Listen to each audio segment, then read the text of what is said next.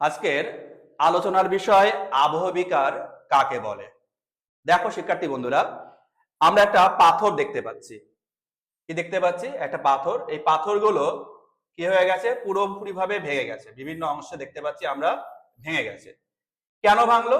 না, এই শিলাগুলো যখন বিভিন্ন ভৌত ও রাসায়নিক ও জৈবিক প্রক্রিয়ায় যখন খণ্ড খণ্ড অংশে বিভাজিত হয়ে যায় বা বিভক্ত হয়ে যায়, তখনই আমি তাকে বলবো আবহবিকার।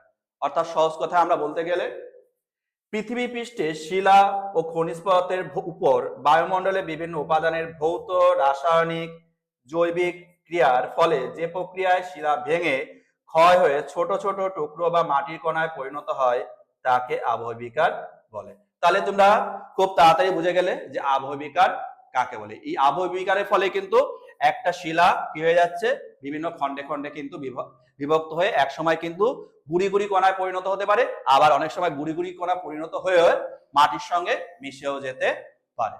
ধন্যবাদ।